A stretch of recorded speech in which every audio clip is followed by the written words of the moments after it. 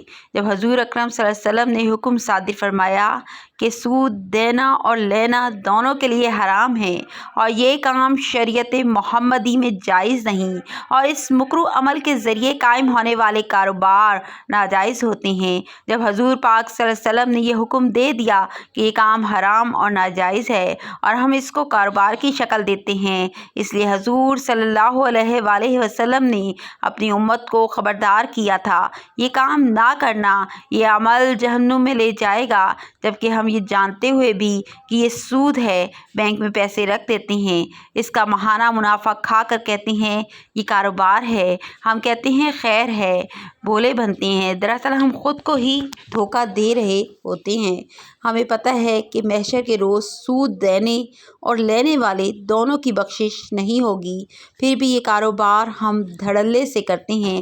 کچھ لوگ اتنے مہربان ہوتے ہیں، کہتے ہیں اگر یہی پیسہ ہم نے کاروبار میں لگایا ہوتا تو ہم اتنا منافع کما چکے ہوتے، وہی منافع ہم پیسہ دینے والے سے لے رہے ہیں، یہ گناہ کیسا ہے؟ دراصل ایسا سوچنے والے انسان جہنم کی طرف تیزی سے جا رہے ہیں، اس لیے آپ ابھی سے اللہ تعالیٰ سے توبہ استغفار کیجیے اور اپنے گناہوں کی معافی طلب کیجیے، لیکن یہ سود ہے، اس سے پرہیز کیجیے اور اپنی آخرت سنواریے، یہ نہ ہو قیامت کے روز حضرت پاک محمد صلی اللہ علیہ وآلہ وسلم کی شفاعت سے محروم ہو جائیں۔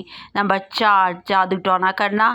رسول پاک صلی اللہ علیہ وسلم نے فرمایا کسی کے ساتھ جادو ٹونا نہ کرنا ورنہ ہلاک ہو جاؤ گے، تمہاری بخشش نہ ہوگی۔ محترم ناظرین، جب ہمارے پیارے نبی صلی اللہ علیہ وآلہ وسلم نے جادو ٹونا کرنا حرام قرار دیا ہے، پھر بھی ہم وہ عمل کرتے ہیں، آپ خود سوچئے ہم ہلاک ہوں گے یا آباد ہوں گے؟ خاص طور پر جہاں آپس کے رشتہ داروں میں شادی ہوتی ہے، یعنی کہ ایک رشتہ دار کے گھر بیٹیوں کی شادی کرنا۔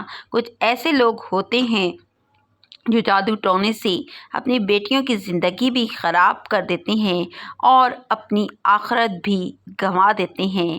ایسے انسانوں کو صرف اللہ پر بھروسہ کرنا چاہیے، جس نے آپ کی بیٹی کو پیدا کیا ہے، اس کی قسمت اور زندگی کا فیصلہ بھی اللہ تعالیٰ پر چھوڑ دو، پھر دیکھو آپ کی بیٹی کا گھر کیسے آباد ہوتا ہے، بلکہ جنت بن جاتا ہے، کیونکہ رب العالمین بہت مرتبہ قرآن پاک میں بلند و بالا ارشادات فرما چکے ہیں کہ جس نے میرے نبی کریم صلی اللہ علیہ وسلم کی بات نہ مانی اس نے گویا میری بات نہ مانی، جس نے میری بات نہ مانی وہ میرے ساتھ جنگ کرنے کے لیے تیار ہو جائے، میں رب اس کے ساتھ جنگ کروں گا، کیونکہ اس وقت اللہ رب العزت قہار ہوتے ہیں، یہ نہ ہو آپ کے ساتھ قہار کا معاملہ ہو جائے۔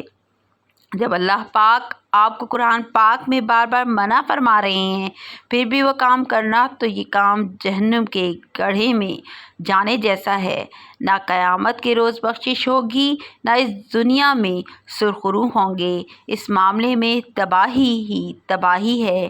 پیارے بھائیوں اور بہنوں، ہمیں ان کاموں سے بچنا چاہیے جن کاموں کو کرنے سے ہمارے نبی کریم صلی اللہ علیہ وآلہ وسلم نے سختی سے منع فرمایا ہو۔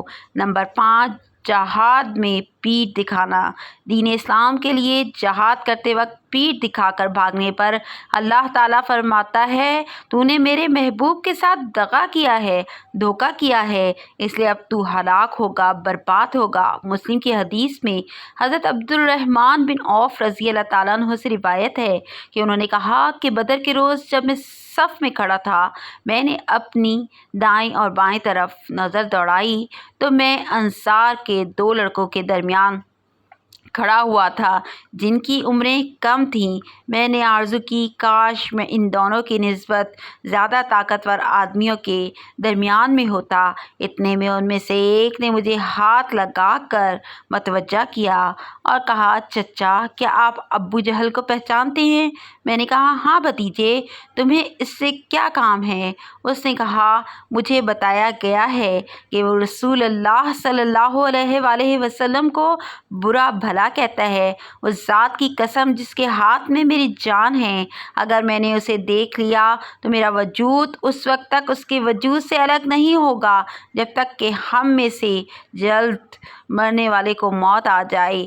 میں نے اس لڑکے پر تعجب کیا تو دوسرے لڑکے نے مجھے متوجہ کیا اور وہی بات کی۔ پھر زیادہ دیر نہ گزری کہ میری نظر ابو جہل پر پڑی۔ وہ لوگوں میں گھوم رہا تھا تو میں نے ان دونوں لڑکوں سے کہا، تم دیکھ نہیں رہے؟ وہ ہے تمہارا مطلوبہ بندہ جس کے بارے میں تم پوچھ رہے تھے۔ وہ دونوں ایک دم اس کی طرف لپکے اور اس پر اپنی تلواریں برسا دیں، حتیٰ کہ اسے قتل کر دیا۔ پھر پلٹ کر رسول اللہ صلی اللہ علیہ وآلہ وسلم کی خدمت میں حاضر ہوئے اور آپ کو اس کی خبر دی تو آپ صلی اللہ علیہ وسلم نے پوچھا، تم دونوں میں سے اسے کس نے قتل کیا ہے؟ ان دونوں میں سے ہر ایک نے جواب دیا، میں نے اسے قتل کیا ہے۔ آپ صلی اللہ علیہ وسلم نے پوچھا، کیا تم دونوں نے اپنی تلواریں صاف کرنی ہیں؟ انہوں نے کہا نہیں۔ آپ صلی اللہ علیہ وسلم نے دونوں تلواریں دیکھیں اور فرمایا، تم دونوں نے اسے قتل کیا ہے۔ اور اس کے ساز و سامان کا فیصلہ آپ نے معاذ بن عمر رضی اللہ تعالیٰ عنہ کے حق میں دیا، اور وہ دونوں جوان معاذ بن عمر اور معاذ بن عفر رضی اللہ تعالیٰ عنہ تھے۔ حدیث مسلم میں اس وقت اللہ رب العزت فرماتے ہیں، تم تو میرے محبوب کے دین کے لیے آئے تھے، وہ راہ حق پر تھے اور وہ راستہ میں نے دیا تھا، تو نے اس سے اقرار نہ کیا۔ اگر تو قتل ہو جاتا تو شہید کہلاتا۔ جب تو میرے پاس آتا تجھے حوریں لے کر آتیں اور جنت میں اعلیٰ مقام ملتا۔ اس لیے یہ بندہ میرے نبی کے دین کی خاطر آیا تھا، لیکن اب پیٹھ دکھا کر بھاگ رہا ہے۔ اس بندے سے اللہ رب العزت غضبناک ہو جاتے ہیں، وہ محشر کے روز جہنم کے بڑے گڑھوں میں سے ایک میں رہے گا۔ مسلم کی حدیث میں زید بن ارقم رضی اللہ تعالیٰ عنہ سے مروی ہے، کہتے ہیں جہنمی کو آگ کے لیے بڑا کر دیا جائے گا، حتیٰ کہ اس کی ایک داڑھ احد کے پہاڑ کے برابر ہوگی۔ کسی بے گناہ کو قتل نہ کرنا۔ حضور اقدس صلی اللہ علیہ وآلہ وسلم نے فرمایا، جس عمل کو اللہ تعالیٰ نے حرام قرار دیا ہو اس کو نہ کرنا۔ حدیث میں ہے، کسی ایک بے گناہ کو قتل کرنا گویا ساری انسانیت کو قتل کرنے کے برابر ہے۔ مسلم شریف کی حدیث میں ہے، اللہ تعالیٰ اس قتل کرنے والے بندے کو ناپسند فرماتے ہیں، گویا وہ ہلاک ہوا۔ حضور نبی کریم صلی اللہ علیہ وآلہ وسلم نے فرمایا، کسی کو بھی رب العالمین کے ساتھ شریک نہ کرنا، یہ عمل میرے اللہ تعالیٰ کو بہت ناپسند ہے۔ مسلم شریف کی حدیث میں حضرت ابو ذر رضی اللہ تعالیٰ عنہ سے روایت ہے کہ رسول اللہ صلی اللہ علیہ وآلہ وسلم نے فرمایا، اللہ جل شانہ فرماتے ہیں کہ جو شخص ایک نیکی لے کر آتا ہے اسے اس جیسی 10 نیکیاں ملتی ہیں اور میں بڑھا دیتا ہوں، اور جو شخص برائی لے کر آتا ہے تو اس کا بدلہ اس جیسی ایک برائی ہے، یا چاہوں تو معاف کر دیتا ہوں۔ جو ایک بالش بھر میرے قریب آتا ہے تو میں ایک ہاتھ اس کے قریب آتا ہوں، اور جو ایک ہاتھ میرے قریب آتا ہے تو میں 2 ہاتھ اس کے قریب آتا ہوں، اور جو میرے پاس چل کر آتا ہے میں اس کے پاس دوڑ کر آتا ہوں، اور جو مجھ سے پوری زمین کی وسعت کے برابر گناہوں کے ساتھ ملاقات کرتا ہے اور میرے ساتھ کسی چیز کو شریک نہیں ٹھہراتا، میں اتنی ہی مغفرت کے ساتھ اس کے ساتھ ملاقات کرتا ہوں۔ مسلم شریف کی حدیث ہے، اگر تم زمین اور آسمان بھر کر گناہوں سے میرے پاس آؤ، اگر چاہوں تو تمہیں بخش دوں، لیکن اگر تم نے میرے ساتھ کسی کو شریک نہ ٹھہرایا ہو تو اللہ رب العزت ہم سب کو دین کی صحیح سمجھ عطا فرمائے، آمین۔ چینل کو سبسکرائب کر لیں اور کمنٹ سیکشن میں سائمہ اسلامک آفیشیل ضرور ٹائپ کریں۔ اس کے ساتھ ہی جو ہے الرحمن